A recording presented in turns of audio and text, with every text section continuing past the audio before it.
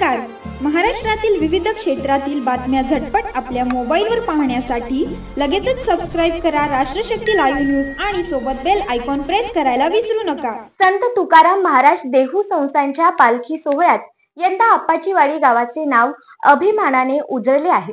गावातील बाबूराव अर्जुन खोत यांच्या बैलजोडीस तुकोबांच्या पालखीच्या सेवेसाठी निवड करण्यात आली असून हा क्षण गावासाठी, पंचक्रोशीसाठी आणि संपूर्ण परिसरासाठी गौरवाचा ठरला आहे. तुकोबारायांच्या पालखी सोहळ्यात सहभागी होण्याची संधी मिळणे म्हणजे भाग्यच आहे. यंदा देहू संस्थानने खास बैलजोडी खरेदी करण्याचा निर्णय घेतला होता. महाराष्ट्र आणि कर्नाटकातून अनेक दर्जेदार बैलजोड्यांची पाहणी करण्यात आली.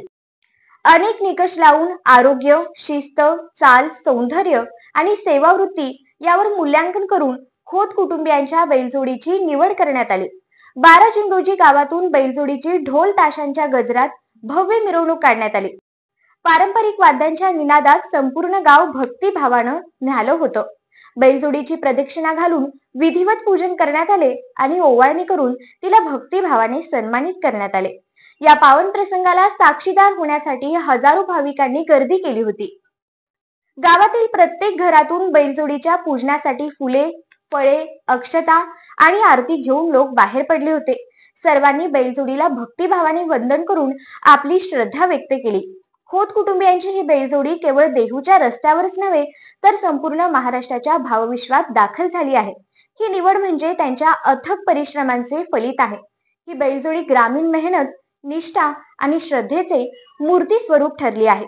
तुकोबारायांच्या पालखीचे हक्काचे बैल होणे ही केवळ मानाची बाब नाही तर ती भक्तीची सर्वोच्च पातळी असे भावनिक उद्गार गावातील ज्येष्ठांनी व्यक्त केले. आप्पाचीवाडीचे हे गौरव क्षण संपूर्ण भागासाठी प्रेरणादायी ठरले असून खोत कुटुंबियांवर शुभेच्छांचा वर्षाव होत आहे.